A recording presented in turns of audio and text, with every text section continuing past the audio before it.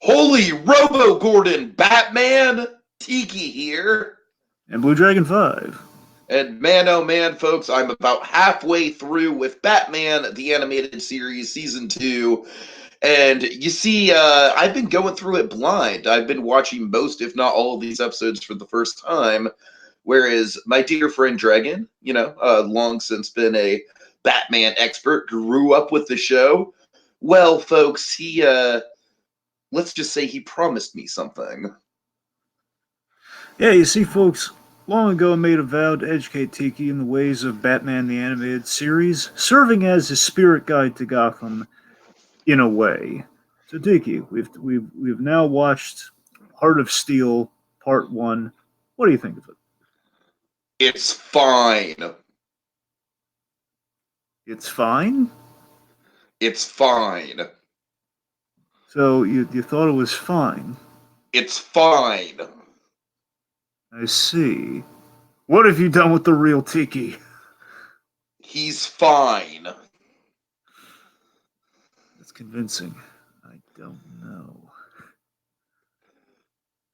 Dragon? Yeah? You're fine. Fine. All right.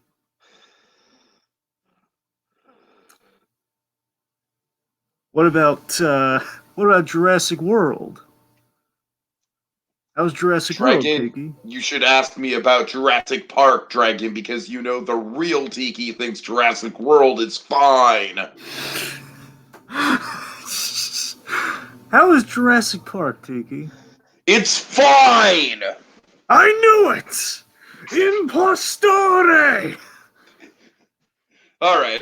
Let's Robo mode deactivated. How you Okay. doing, Dragon?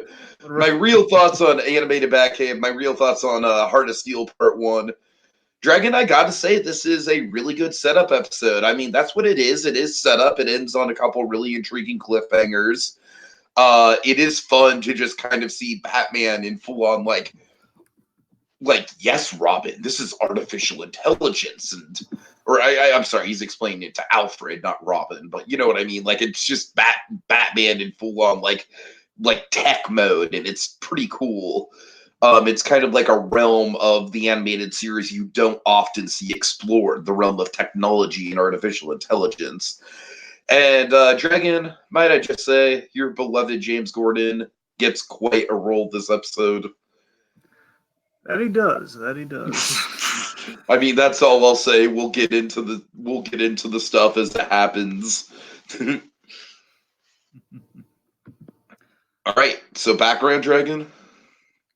Yes. So let's see. So this was directed by the great Kevin Altieri, of course, who directed Cabinet Club Part 1, one that you quite like. And Two-Face, directed the Two-Face episode, which is a great episode. Yeah, the two-parter. I believe, yeah, they usually like to keep the directors on for both parts, so I'm pretty sure he did both of that as well as both of this. This was written by Bryn Steffens, who basically loved doing the Batgirl stuff. That's kind of like that was the main foray of this writer, doing a lot of the Batgirl stuff. If it's Briney or Bryn, I feel stupid now. I'm seeing the name. Anyway. Let's see. So the studio that did this was Sunrise. Now I got stories about Sunrise. I think second to Spectrum, and I guess TMS if you want to be technical. Third in the line of all the animation studios. Sunrise did one of the best Batman. They did the Batman. Basically, they did the Batman episodes were some of my favorites. Sunrise they did outside of Spectrum. They. You'll notice the thing with the Sunrise Batman. It's kind of in this episode, but especially anytime there's a really distinctive mark of a Sunrise Batman in animation. Tiki, you know what it is? What is it, Dragon? Is it fine? Actually, yes, it is fine, but it's noticeable. The bat symbol on Batman's chest shrinks a lot. Oh, really? Okay. Let me put it this way: it's smaller than usual if you really look at it. That's the mark of basically the Sunrise Batman is kind of like the discount Spectrum Batman. The Spectrum looks great. Spectrum's Batman is perfect. Sunrise is near perfect. It's like, yeah, it looks great, and again, it's kind of like it's a takeoff of that Batman, just a little bit more little more gray in the coloring, but importantly, again, good animation. Just again, they could do a lot of the fun stuff that TMS isn't doing essentially. But again, like the top three, if you will. So they did like Captain Claw Part 1. They did Pretty Poison. They do good work. I do love me some Sunrise when I see it. Again, it's kind of like a lot of Season 2 is done by Sunrise. A lot of the best parts of Season 2 are done by Sunrise. Anyway, so Right. as I've kind of like cemented, as I've kind of like put out there, for a few episodes now, I've kind of teased it up. I constantly bring this up when we talk about robots and censoring. Like when we talked about Alita Battle Angel, I would cite this episode. In that, you'll notice in animation sometimes you get the really cut loose when it's a non-human character in the episode. Oh yeah. Robot. Oh, definitely. And for me, this and like the Last Laugh, way back during season 1 of Batman the Animated Series. You remember Captain Clown? You killed Captain Clown. Yeah. That was the first time they really cut loose. Where again, Batman can bash Captain Clown in the head and actually go like as if he were murdering someone because it's a robot, so it's fine. It's fine. One could say it's fine. So that's the gag. It's like the old robot loophole in animation that, again, still carries over to this day, where you can do any gruesome thing you want so long as it's a robot. And again, you have a character who very blatantly, especially on Saturday morning television, very definitively does not kill. You can go nuts with a robot. The X-Men made a mint off of this. Like Wolverine can't cut into a person, but he can cut in all the Sentinels all the live long day. Like let them slash in all the robots. So again, that's kind of what we're doing with the '90s here. So this is the animated series getting kind of a chance to do some robot damage and kind of allow things to get really kind of weird and sci-fi. But by the same token, not only just weird and sci-fi, pay homage to one of the things that births Batman the Animated Series, the Flesh or Superman. And there's gobs get violent as shit.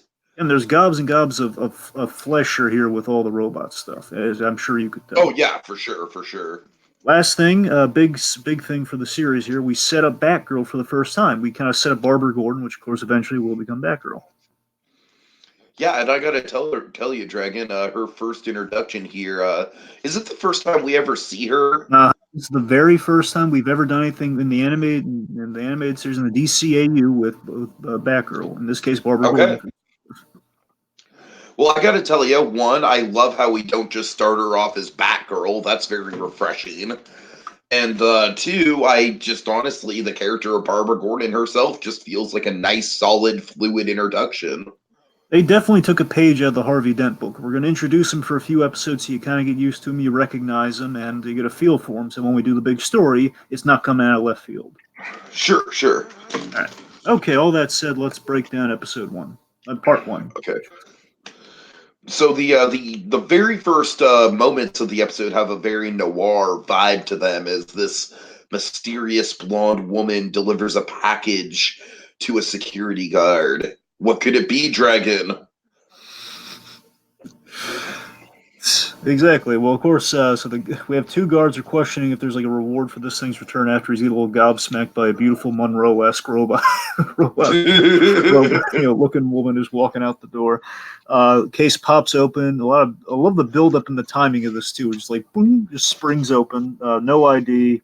Nothing suspect about it. Just, what are we going to do with this? I'll worry about it tomorrow. Let's grab some pizza. Of course, as they're about to grab some pizza and head out for the night, who walks by? It's Bruce Wayne! Brucey! Cue laugh track. It's the Bruce. Sorry, guys. I'm just trying to get out before the exit alarms go off. I gotta tell you, this is always I love Batman overplaying the part of Bruce Wayne here. I love there's an element of truth here because it's like the fact that he wants to get out before the alarms are set. That makes so much sense for a guy who pretty much is kind of a burglar for justice. Yeah, absolutely. As very much as I love the alarm system, I just love how Kevin Conroy. So this is the glory of the early years of the animated series. We get to have Kevin Conroy. He kind of disguises Batman's legitimate concern for self-preservation in the guise of Bruce Wayne just kind of being a dum-dum. Exactly. Just being the himbo, one could say, the male himbo, the himbo Bruce Wayne, Oh my god. The alarm system makes me nervous. I just love how Kevin Conroy went up in the voice back in the day there. The alarm system makes me nervous. So let's see. So all right. So Oh yeah. So anyway, so as they leave, the case handle comes alive, and then we have these very Flesher-looking tentacles appear from the Oh suit yes, oh in the yes. suitcase, and now it's a Flesher robot briefcase, and it looks awesome, doesn't it? Yeah, it does. It's a really cool design for sure. Basically, it kind of grapples up to the upper levels. We juxtapose this with a really, with kind of with a really slow guard gag. Let's see. So basically, it's it breaks the case breaks into R&D. It hacks the lock. Laser cuts into a vault, and it takes some essentially some wetware chips, some wafer chips, if you will. Seriously, I think the technical term is like they're wetware wafer chips. I think it's like one of the technical terms back in the day, at least the nickname for it. Anyway, Yeah, more. technology had weird names back in the day. Floppy disks. Yeah. There's nothing Anyway, floppy about them. You can't flop them around. vaguely plastic. Why is this floppy anyway? Right. Anywho, so the Anyways. alarm, as you'd imagine, the alarm sounds. Uh-huh. So they And usher. Bruce Wayne is just not happy about this. So they usher Bruce to the office. Oh, we're gonna get you safe, Mister Wayne. They kind of put him on. Stay put. And we have this great. This shows you not just with the robot designs. This is a huge love letter moment to the Flesher Superman because they kind of pull the Flesher Superman with Batman. Or in the classic serials, I believe it was the first time they ever did. I forget if it was on the radio show and they brought it to the Flesher, but it's been a while. I'm not 100% on the semantics, but basically Clark Kent when he would transform the Superman, famously Bud Cort, I believe, being the original voice, he would. This looks like a job This for looks like a Superman. job for You Superman. go deeply, go into the Superman voice, and again, Kevin Conroy doing it right here, and it's just like, stay put. And he has Bruce, stay put. I don't think so. Yes, yes, it's awesome. So secret passageways built into the wall, which is great. Back in the, of course, it's Wayne Enterprise. Of course, they have secret entrances built into the place. Makes sense. And Let's then see. the case is just like kind of like gassing the incompetent guards, just knocking them out. And then it's just like the elevator door opens and it's Batman versus Case, baby. Oh, guys, again, it's a great Flesher shot right now. The door opens, and it's this great painting of Batman. There's a frown on his face that gets animated. It's like he's not Those happy with this. paintings of Batman are honestly some of my favorite moments in the show. Oh yeah. So Batman ropes the case is trying to get away here. I just love that the case is going for the exit, and then the elevator doors open. That's how you make an entrance, man. Like yes. So he pulls the case, and he's like, basically this case, like really, like it's really the strength of this mechanism, all those kind of the metal coiled tentacles, like scraping against the ground. Like Batman has to lasso this thing really tightly to get it back there. Uh-huh. And basically, it lasers the rope. It gets cut. Like Batman falls back. I love the little detail here where the elevator doors are about to close. Like realistically, we showed elevator doors don't just stay open during an action sequence. Like they close, and Batman just puts his hand out, so they reopen again. I love that little detail. Let's see. Batman ducks a laser blast. Oh, this is one of the great shots in the. I think it's one of my favorite bits in the whole first episode here. The whole first part. Batman ducks is like the case aims a laser at Batman. Basically, Batman ducks and essentially cuts out the whole bottom of the elevator and just drops. Yeah. Batman just has to like take a dive and like he nearly falls down the shaft. Batman just at that nick of time, he jumped from the elevator. That was basically dodged the blast, and then I believe he ducked, and then he jumped up to grab onto the floor before the elevator dropped entirely under him. That's a great move. It's so cool. So he gives chase to the roof, and the case opens up and it launches a rocket. The case gets this is a really great detail, especially if you're covering your tracks. A rocket launches, and the afterburn of the rocket destroys the case. So basically, you would assume it's just self-destructive, but actually it blasts off with the key components and like a little rocket cylinder. Uh-huh. The Batman spies the cargo, and then goes to the Bat Glider. Little year one love here. Right. Sitting on the roof. Let's see. Then we have our beautiful mystery woman.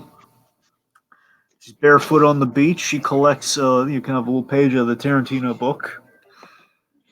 She's collecting the stolen wetware. Basically, the rocket crashes down. She unscrews the top and she collects little wetware wafer chips. And she goes off in her automated car. Like the car just says home, and the car's going on its own.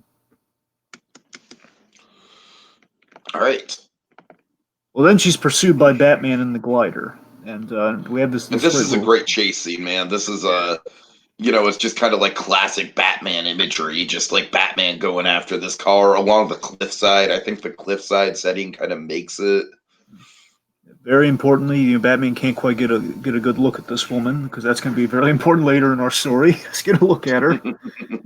So then I believe her trunk. Her trunk fires at Batman. It's a lot of turret fire from the trunk there, and basically hits the glider, and he goes down. Right? Yeah. He does. He's about to hit some rocks too, and oh god. Okay, let's see. So Batman and the glider, they washed the shore after a really rocky landing, and the thief got away. Meanwhile, we return to the Batcave, and this is a great bit. Oh man, some lovely Alfred stuff here. Oh yeah. I love how mundane this is. Batman, he re-enters the Batcave, he's dragging it's almost like it's like Charlie Brown with the kite. It's like Charlie Brown coming back after the kite-eating tree had its way with his kite. Batman walks into the cave. I do wish you'd be nicer with your toys, Master Bruce. Yep. I do wish you wouldn't be so rough with your toys, Master Bruce. That's great. So Batman uses these mechanical arms to hang the glider for it to be repaired. Foreshadowing, take note of the mechanical arms. They're Chekhov's mechanical arms. Yep, Chekhov's mechanical arms. Check off the Chekhov. All right. So then Lucius calls, and I love it when we do this, guy. We haven't done this since, I believe, On Leather Wings. It's been a while since we've done this. I love it when Bruce is in the Batcave as Batman. He's playing with it's Conroy playing with the voice again, where he puts Lucius on speakerphone, and it's Batman with that Bruce Wayne voicing. Hey, Lucius, what's up? Yeah, I love how casual Bruce is with Lucius. Yeah, so he learns what Batman just learned firsthand here, where they got away with the protein silicon wafer chips. Good news is the specs are still in the computer, which means they can't duplicate the specs of the blueprints essentially without the originals. Which thankfully they got away with bupkis essentially. Thank goodness. They can't mass produce it right now. That's the main point. They stole 3 wafer chips, not the secret ingredient. So let's see. Bruce says he'll be there in 10 minutes. So Alfred is the voice of the audience here for those, especially in the '90s too. Like, those are not tech savvy here. Like, what the heck is wetware? Right. So Batman explains what wetware is. You want to take this, or should I? Yeah. Well, Batman basically. This is just kind of like a Doug Walker. Like, geez, Batman, you're a dork. I mean, honestly, it's like, hold on, I'm trying to find the lines. I'm talking about AI, Alfred, artificial intelligence, the missing link between human and computer thought. You mean machines that think? Yes. And with a will of their own. They could process data 1,000,000 times faster than we. Yet still... I'm sorry, I'm trying to read the closed captions here. Basically, it's going to inspire great minds, blah, blah, blah. Yeah, and make the human race expendable, being Alfred's fear. Well, except for butlers, of course. Of course. Just love that, except for butlers, of course. And just Batman reassuring him, of course, right? Just a great snarky response.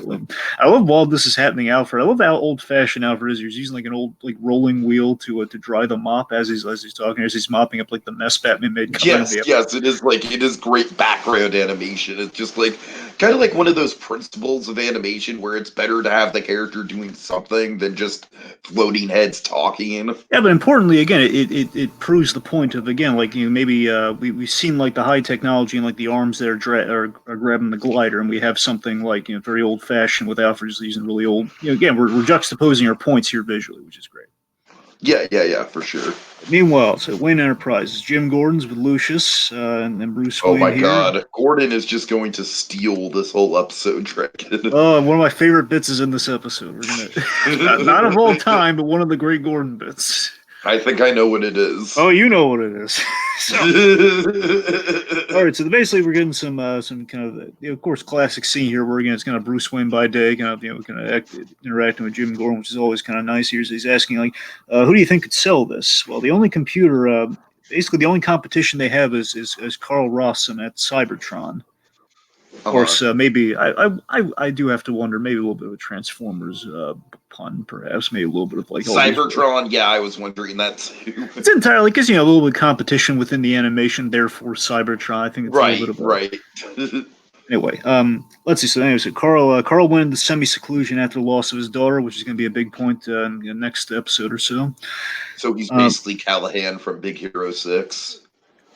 Yes, but a lot much. It's a little bit more clear cut. Let's say. It was his mistake.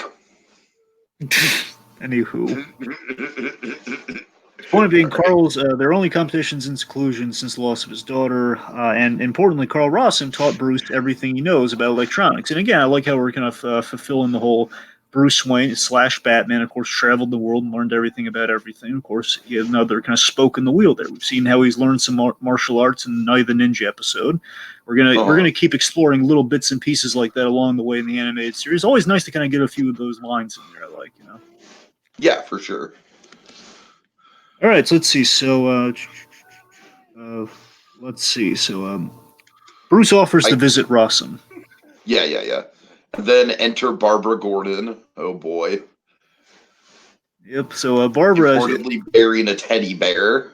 Yep. Importantly with a teddy bear. Yep. So, okay. So Barbara enters and says, "Oh, you've grown. It's been what 4 years? 4 years since he's seen Barbara last, and she made the dean's list." Gordon's very proud. I love Gordon, the loving father. This is the first time we get Gordon. Gordon Is just like Dragon. He's proud of his girl. That he is. Seriously, he's just a proud papa this episode, and I love it. But seriously, again, like I've already loved Gordon up to this point. This is where we add more facets to the character in the series. And again, Gordon being kind of like whatever bits I'll get with like a scene now and again I'll be happy with. This is when we're like, oh man, we're actually giving him some stuff here as a daughter. Right. So let's see. So of course, Bruce, Barbara brings a little bear by the name. Tiki, remember the bear's name? Oh, I remember it. I just don't know how to pronounce it. So Whoopi, yeah. So Barbara says, "Who's your little friend there?" Whoopi. He's been my friend since before 3rd grade. And Dad can't seem to get to the airport to pick me up without him. And then what happens, Dragon?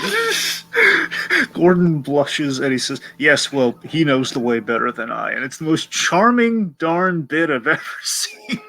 One of the most charming Gordon bits. Hold on. I think I can get a screen share. Do you want me to do it? I can get a screenshot of this. You want me to? Fine, sure, go on. Okay, hold on. We're gonna have to like finagle the screen share a little bit. Hold on. Sorry, folks, but yes, Dragon, like you said, it is like one of the most charming Gordon bits ever, I think.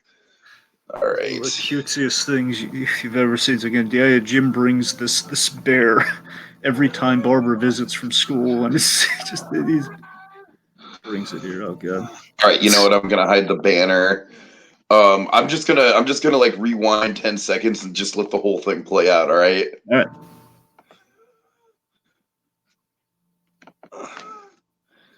Who's your little friend? Oh crap.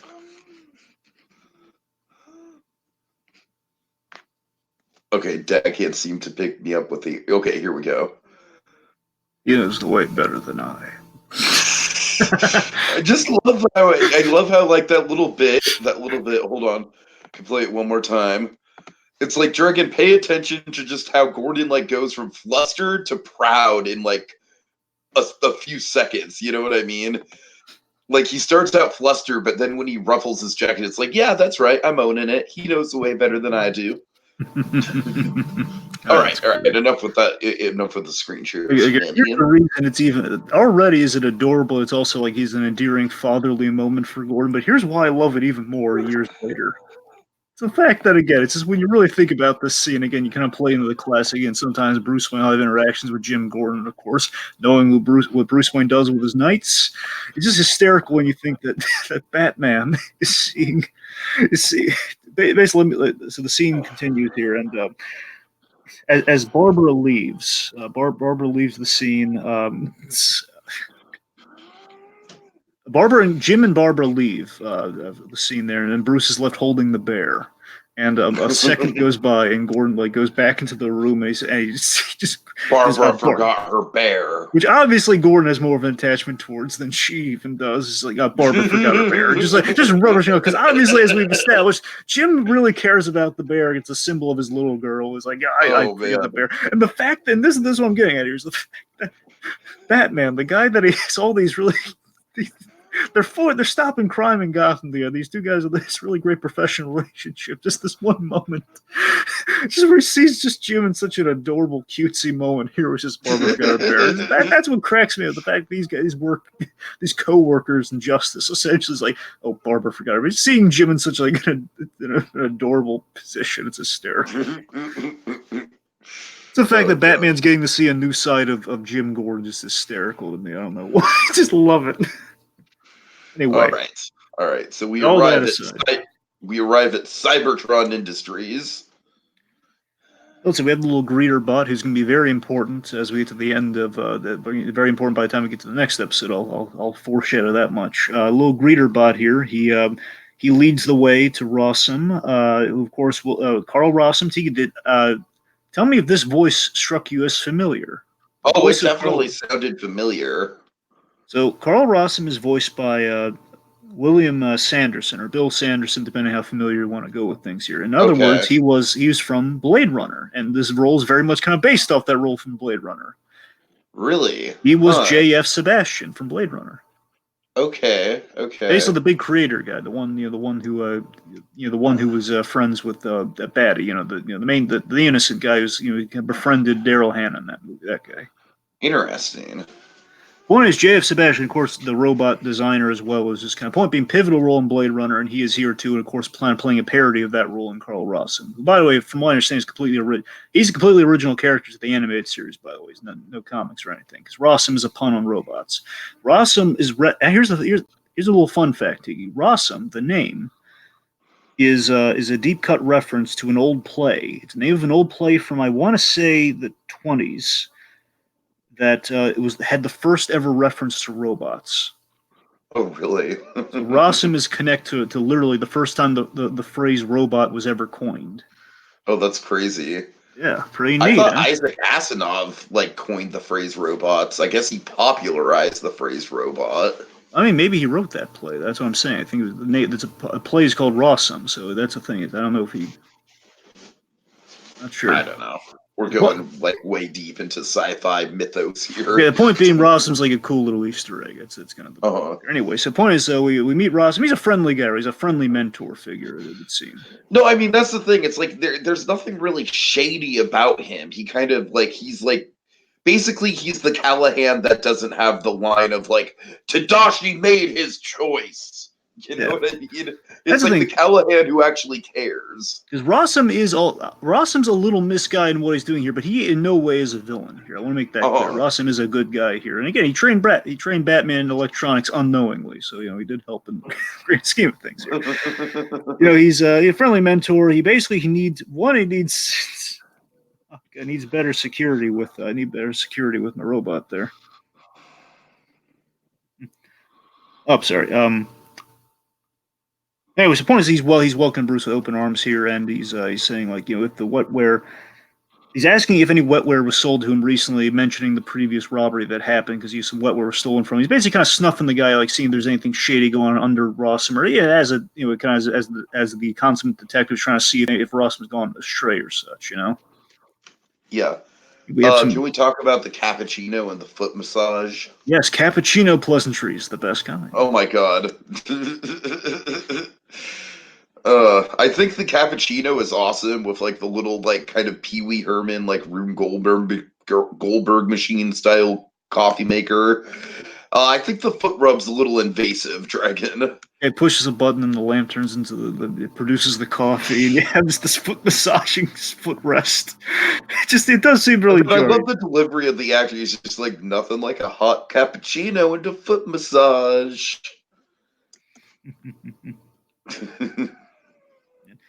I'm sorry, that line I butchered earlier was you need better security, my boy. That's what he was saying there in reference to the whole robbery thing. I don't know why I butchered that earlier anyway. Yeah. So yeah, So anyways, we're introduced to Hardak in the same shot that we're seeing now. yes. Oh boy. So what do you think about the design of Hardak, by the way? I think it's a really clever setup of how computers used to be huge, Mm-hmm. but this is like a huge computer in kind of like a retro futuristic sleek way. And I think that's a clever, like it very much fits within the animated series design aesthetic. You know what I mean? That's a big thing, Tiki. The animators, as you can imagine, doing cutting edge technology within kind of a very 30s esque. Again, they never defined the time period, but it's very 30s esque. It's very kind of late 30s, early 40s influence on the style. Kind of the timeless setting of Batman animators. That old thing. Right. And of course, if you want to do technology, it's like in Gotham, we have cell phones, in the show Gotham. And here, very much, we're kind of playing with things where we're doing kind of cutting edge stuff in the 90s and sci-fi stuff. We're keeping it with those little touches go along with, like in the 50s, you had the giant computers, exactly like you were saying, right? Yeah. Like computers that would literally take up like whole rooms. It would require like massive air conditioning units just to keep from overheating. Yeah, your Armin Zola type jobs, yeah. All right, let's see. Of course, HARDAC stands for, just to get the little holographic analytical reciprocating digital computer. Or as middle school boys around the world probably know it as hard. I'm sorry, I had to say it once. Yes. Anyway, anyway, no Just whoopee for the for you. Beavis and Butthead and all of us. No whoopee for you. Anyway, No so, whoopee. no whoopee. I'm taking your whoopee away. Oh God. Anyway, so enter. So again, coming from My equivalent to whoopee would probably be my baby Kermit plush. no baby Kermit for you. Anyway, so Hey, look, it's a little baby me. anyway. So speaking, you spoke of the air conditioned room. We do have an air conditioning unit within HARDAC, and coming out from that is Randa Duane. Oh man, and she's not an AI at all. No, she isn't.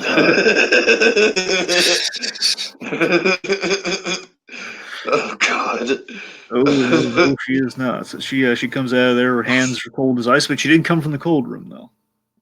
Now, I like that we, the audience, are informed. We, the audience, if you can probably determine this, but again, Bruce Wayne does not know this quite yet. And how would you make that call anyway? It's pretty safe to assume. Again, we, the audience, don't know exactly what she is quite yet, anyways. The point being, No, honestly, it's like I feel like in retrospect on a rewatch, it's pretty obvious. But yeah, you're right. Like on a first watch, it's not entirely clear. I don't know. It's just like whenever a character points out like, oh, your hands are like ice. It's like, yeah, it's a robot. yeah. But again, you're right. Did come from an air like cold, an air conditioning unit though. So anyway, so Bruce is asking about HARDAC, and of course Rossum here, trade secret. Now, Bruce, I can't tell you all my secrets. I love how folksy he is. Just love how folksy Rossum is. He's kind of like a Don Knotts type. Yeah, you got nailed it right on the head, my friend. You did. It's like I mean, Don he's Knotts. not as over the top as Don Knotts, but he's got that kind of like southern charm to him. Like, what if Don Knotts met J.F. Sebastian? What if you blended? What if you fused those? What if you Patara earring those two together? A little Dragon Ball Super reference. Oh For the kids. God! What if you fuse those two together? You get Carl Ross. All right. All right. Anyway, let's see. So, of course, the design very HAL 9000 esque with the eye and Oh very, yeah. Oh yeah. It's kind of like HAL 9000 like meets the giant supercomputers of the 50s. yeah, and also But like I said, with that sleek retro futuristic aesthetic to it.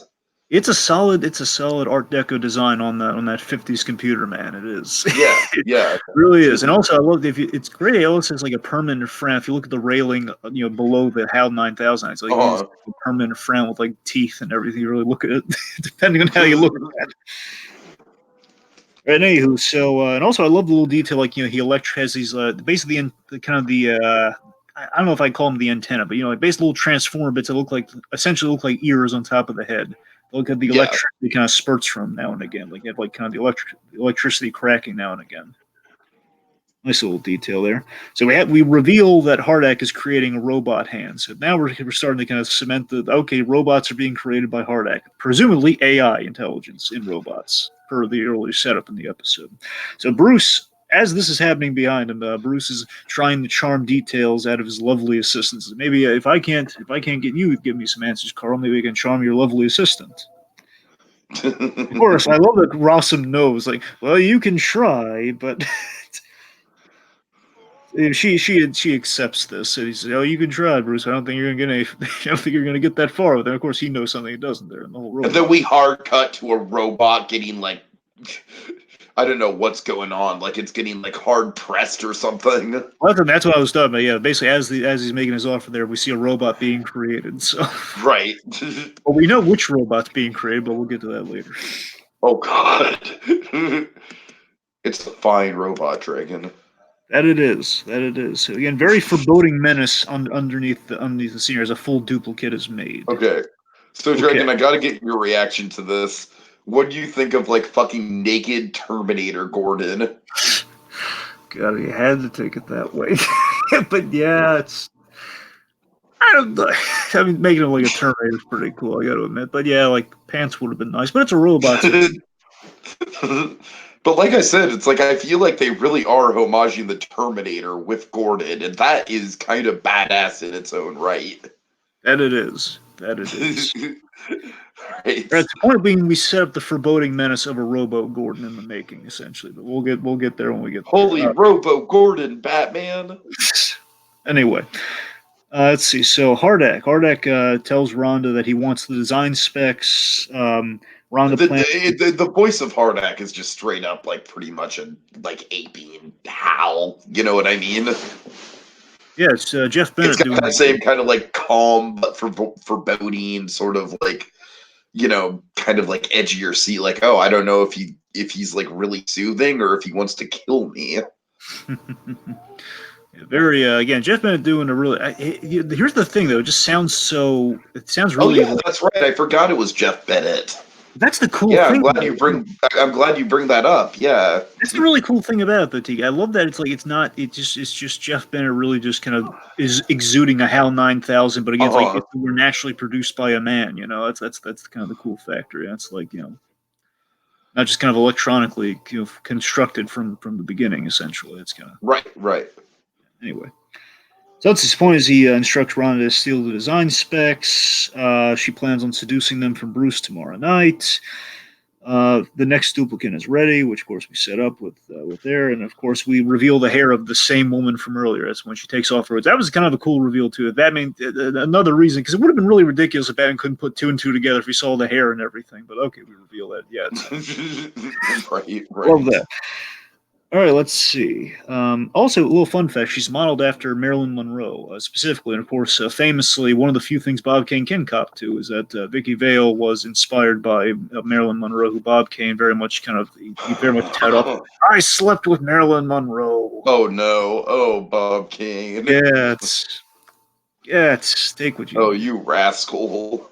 Yeah, he's very. Anyway, point being, that's Bob Kane for you. Anyway, moving on. Again, some people will villainize him. I will say again, he got his foot in the door for the creation, man. He got the foot in the door. You can't take that away from him anyway.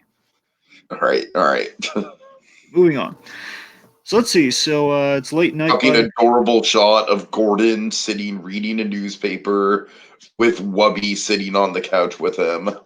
I gotta tell you, it's like I love these rare Tiki. You don't appreciate how. I mean, I'm not saying you don't appreciate it. You don't understand like how rare. Here's the thing. It's like I might not feel the same way with Gordon in particular, but there's definitely been characters over the years where I'm just like, I fucking love this character and I wish they do more with them. And then when they do, it's just like, yeah, all right, they're doing more with that character. I can't think of a specific example that would kind of like match your Gordon example. But I do know the general feeling of like, you know, having that pet character of yours that you really get thrilled about every time they appear on screen. And then when episodes are like, when they're given a little bit extra to do, it almost feels like your team scoring a point or something. You know what I mean? Yeah. Well, what I'm getting at is like I just saying at this point that like short of like some embarrassing moments in Batman Forever, rarely do you see what Gordon does in his off time. That's kind of what I'm saying. That's what that's what I really appreciate here. Where it's like, oh man, look at this is like Gordon just kind of hanging out with his daughter, and he's all kind of cushy reading the paper and his robe and everything. Like that's nice. That's better than like Batman Forever. He's like he sleeps in the precinct apparently. Oh man, fucking Pat Eagle Gordon. That's what I'm talking about. These are the kind of stuff where it's like, oh, because that's what I'm saying. Like it's so rare that you see what Gordon does in his off time. Because in general, we rarely do stuff with that. It's like we see what he kind of does in his off time. Anyway, so a little geeking out over that, I guess. Point being, so sitting by the fire, she's studying. They're just so cozy, by the way. She's studying. Gordon's reading the paper. There's a call to answer. Basically, the doorbell rings or something. He goes to answer the door. So you keep hitting the book, sweetie. I'll answer the door. Oh man. And then this is horrific here. So he opens the door and we see the silhouette of it's a really great silhouette. It's a great shot, yeah. we see a silhouette of Randa and the evil Jim Gordon. Oh, it says, what the devil? And it essentially gets tasered with this little kind of handheld, electrified with this little handheld taser. He gets knocked out and switched with the other Gordon. Oh god, and it's just honestly, the Gordon family has to stop answering the doors. Honestly, if you really think of it, when Barbara answers the door, she gets paralyzed. When Gordon answers the door, he gets switched with duplicate. They gotta stop answering the door. This Gordon family. Please install a peephole, man. Anyway.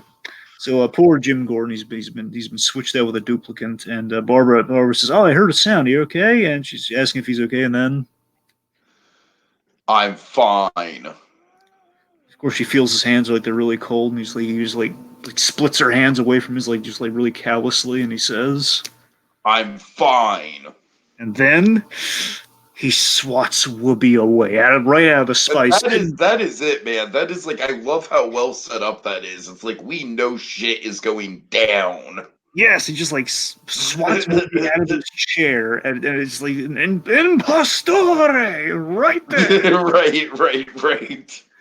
And then the music cue and the shot, it's a great shot. It's such a shock and a great shot overall with Barbara's reacting to this too. And says, "You sure I'm fine?" And as he just reads the paper, and a great transition too with the paper about I believe Wayne Enterprises mentioned on the paper and transition to the next day. It's a really good, solid transition there.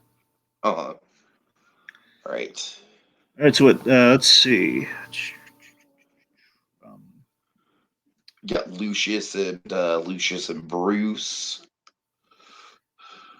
Yes, it's at night, and they're basically, Rossum hasn't done anything yet, but he knew basically. So basically, he said but Rossum knew things were stolen when he shouldn't. That's kind of the main thing that Bruce kind of snuffed out while he was over there. Rossum knew that what components were stolen. I didn't mention what specific components were stolen. He knew it was wetware. I didn't mention that at all. It was a little suspect. So I'll squeeze some more. I'm going to squeeze more information from his assistant. Squeeze may not be the best word. Yes, old Bruce Wayne, the Playboy. It was a different time. No, I'm saying I think they says squeeze may not be the best terminology. Yeah. Let's see. So Randa enters as a. Sorry. Basically, they've installed new safeguards here, and let's see. I'm a little. I'm missing something here. Okay, how's the scene go, Tiki? Randa's just well, don't mind me. I'll stay out of your way. I'm just here for the date. Yeah. And then Bruce, I believe Bruce just kind of packs up and leaves with Randa. Right. Sorry, I got it now. Basically, Randa entered as they were talking about Rossum, and that's the exactly. That's the transition. Let's squeeze some answers out of the assistant. I think they're playing that Playboy music too. It's like nah. It's like, oh boy, lucky dog, Bruce Wayne goes in with the girl, but she leaves her compact, and when she leaves her compact, it searches the computer. That's the gag. Not good. Okay, Dragon, it's time to play another round of Gordon's reactions. So it's dinner at the Gordon house. Hey, Tiki, how's the roast? It's fine. That's all you said. Are you mad?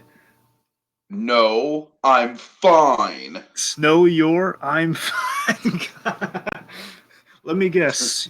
Just know your. Let me guess. I'm fine. Just goes off like she's not. She's not. You know something's up with her dad. So now the compact. So But I basically, also love this. Is this where? No, no, no. I'm sorry. I'm thinking of a. Never mind. Scratch that. yeah, I know what you're thinking of. I think it's in the next episode. We're on the Yeah, same yeah, yeah. track there. Anyway, so let's see. So the compact comes to life, and it hacks the computer, goes for it hacks for the safeguards. And earlier they mentioned they put some new safeguards in place. That's how she knew about it, and that's how she's basically going through that with the compact. She gets what she thinks are the design specs. So Bruce and Randa, meanwhile, they're at dinner by the fireplace. They're loving the fireplaces in this episode too, by the way. Some nice fireplace shots. And oddly enough, Bruce and Randa, their date is it's going relatively well until Bruce has to walk out on it. Yeah. So that's the thing. So before Bruce can interrogate Playboy style, the phone rings, and we have this great. Let's see. Basically, has to go out and he calls out. Says, "Call Alfred if you need anything." I believe basically overhears through the phone that the real specs are. Huh. Oh, never mind. Point being, Lucius learned that someone tried hacking into the computer, and the real files are at the house. She learns the real files are at the house. That's what she overhears, right? Uh-huh. Which she is at, coincidentally enough. Yeah, good opportunity. Okay, let's see. So, So Dragon, I've got to kind of pause the episode here. This is like my biggest gripe with the episode, and I hope you agree with me. fun. Is that I think Bruce Wayne is kind of an idiot for just letting this woman alone in Wayne Manor, just period. That's a fair point, but I will. And what's even more troubling is that he goes to see Lucius. The conversation with Lucius is, I mean, just kind of an exposition dump, and then he's like, "Well, I got to go back to Wayne Manor." It's like, why do you have to even leave Wayne Manor in the first place? Like, don't get me wrong, Dragon. I love the cliffhanger that this episode is out on, and you can't get the cliffhanger without Bruce leaving the house. It just kind of feels like an amateur move. I don't know. What do you think? Well, it's.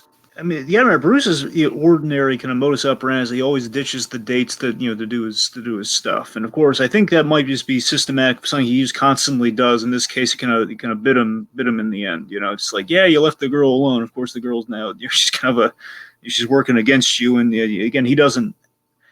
It is. It's kind of an issue, and I will fully admit though, yeah, the whole you're going back and forth between the office, it gets a little tedious. I won't lie. The whole splitting. But we have to get him out of the house so basically Alfred could get wounded and we can infiltrate the Batcave. We kind of need that, so it's kind of a necessary evil, and the whole I don't know. I think it's not a huge problem, but I see your point. I do. It plays about as well as it can in theory, but I don't know. It's probably the wonkiest part of the episode. Fair enough. Okay, let's see. So so Alfred is going down to provide. Points basically over the compact is kind of waiting outside, and it overhears Bruce and Lucius talking about the decoy file, which basically reveals at the house. Hardak tells her to search the house. As she does this, Alfred provides he's going to provide tea and everything, and then poor Alfred gets zapped. I mean, it's really brutal too. Again, it's zapped the same way Gordon did, like oh, poor guy. So now Batman means business as he returns, and he calls the house, no answer. She uses the X-ray to find the staircase behind the bookshelf. Let's see. Oh, by the way, I don't know. Yeah, go on. Go ahead. Well, I was saying that again. You'll notice again we still use the grandfather clock in the animated series. Therefore, it's like she basically finds a staircase behind the bookshelf. We don't do like the old the bat poles in the animated series. A little update they had from the '66 thing. So. Right. Fun fact. Right, but I was saying, basically, she discovers that Bruce Wayne is Batman. That she does. That she does. Just kind of walks down the stairs and finds the Batcave. And that's what I'm saying, Dragon. If the Batcave is that easy to find, Yeah. I mean, to be fair, how many times are you gonna come across someone with X-ray vision? To be fair, I mean that's fair. I mean, it's basically Superman and who else? That's really the question there. If I'm being Right. honest, that's a fair point.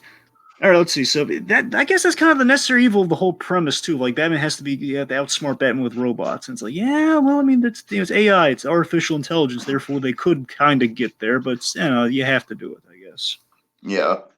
Okay, let's All see. This right. data could be useful later, which it will be in one of my other favorite episodes, Batman the Animated Series, but we won't be talking about it quite yet.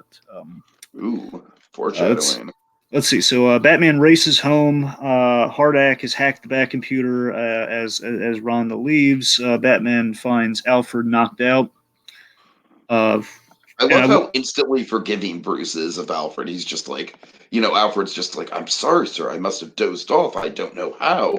And then Bruce is like, never you mind, Alfred. It's fine. We just have to search the house. I love it when in these times of crisis, like whenever Alfred gets hurt, I love you can see Bruce switching the Batman like right in the fly there where he's really vulnerable with Alfred, and he switches like the Batman he switches the Batman on reflex when he changes the voice in these times of crisis. Really nice. Yeah. Good stuff.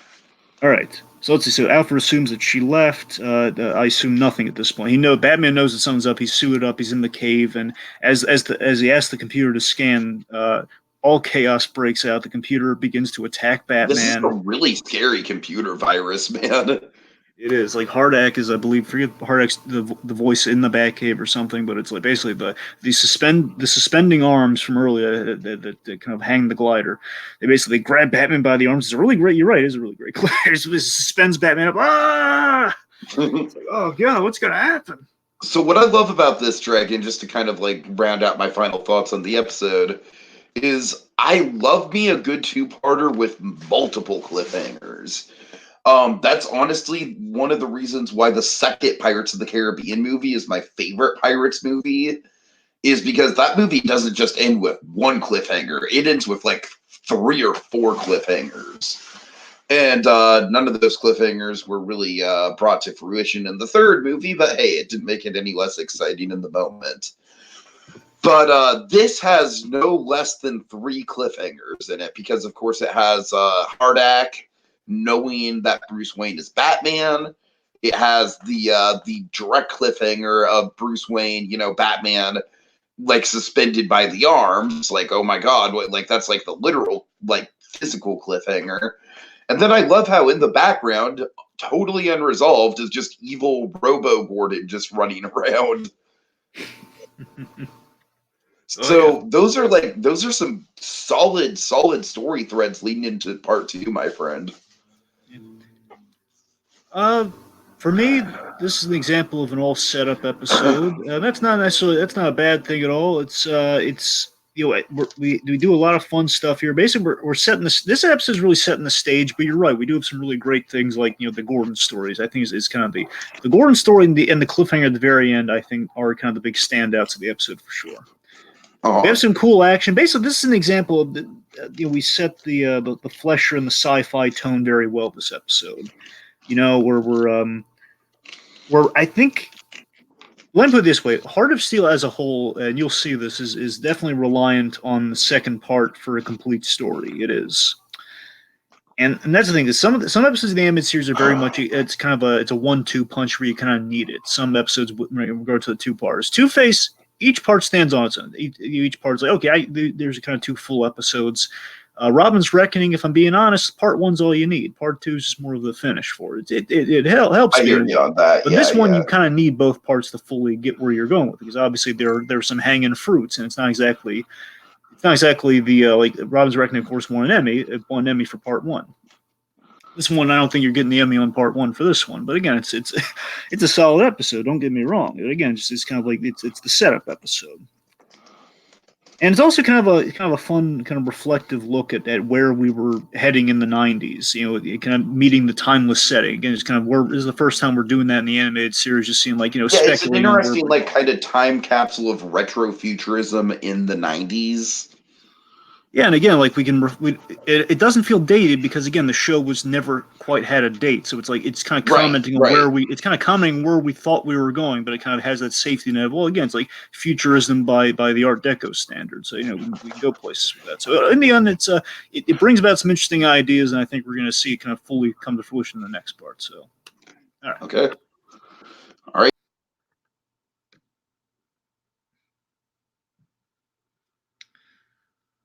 yes. So yes, next time.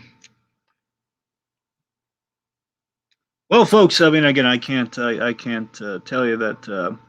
I can't tell you exactly what you're going to see when we get to the next installment, but I think you're going to be very excited by it. It's a very exciting episode. I will say out of the two parts. Anyway, Tiki, go on. You were saying Dozier me, Dragon. Dozier me.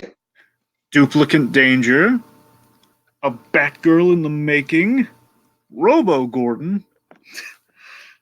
Can Batman shut Hardak down before it replaces everyone in Gotham? Find out. Same animated bat time, same animated bat place. On the next episode of the animated Batcave with Heart of Steel Part 2. It's fine. I'm fine.